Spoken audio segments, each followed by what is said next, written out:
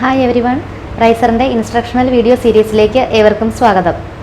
ഈ വീഡിയോയിൽ റൈസർ ഉപയോഗിച്ച് എങ്ങനെയാണ് ചോറ് വാർക്കുന്നതെന്ന് വിശദമാക്കാം.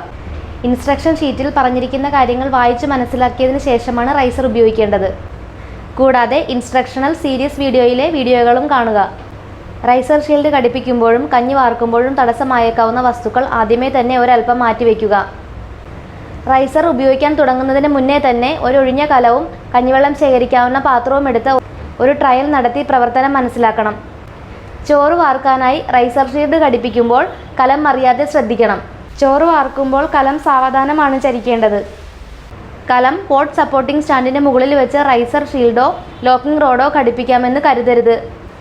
കലത്തിൽ റൈസർ ഷീൽഡ് ഘടിപ്പിച്ചതിന് ശേഷം മാത്രമേ സപ്പോർട്ടിംഗ് സ്റ്റാൻഡിലേക്ക് കലമെടുക്കാവൂ. റൈസർ പോട്ട് സപ്പോർട്ട് സ്റ്റാൻഡ് പാചകക്കലം വയ്ക്കാനുള്ള ഒരു പ്ലാറ്റ്ഫോമായി ഉപയോഗിക്കരുത്.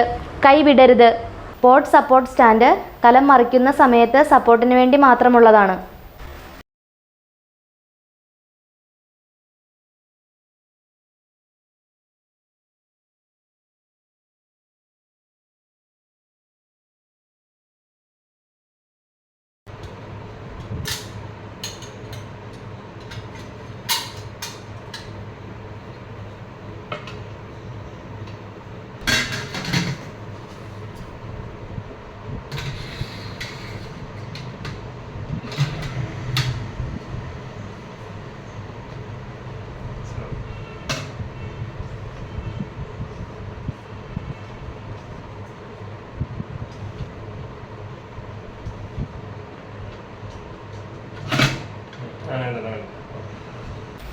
Thanks for watching.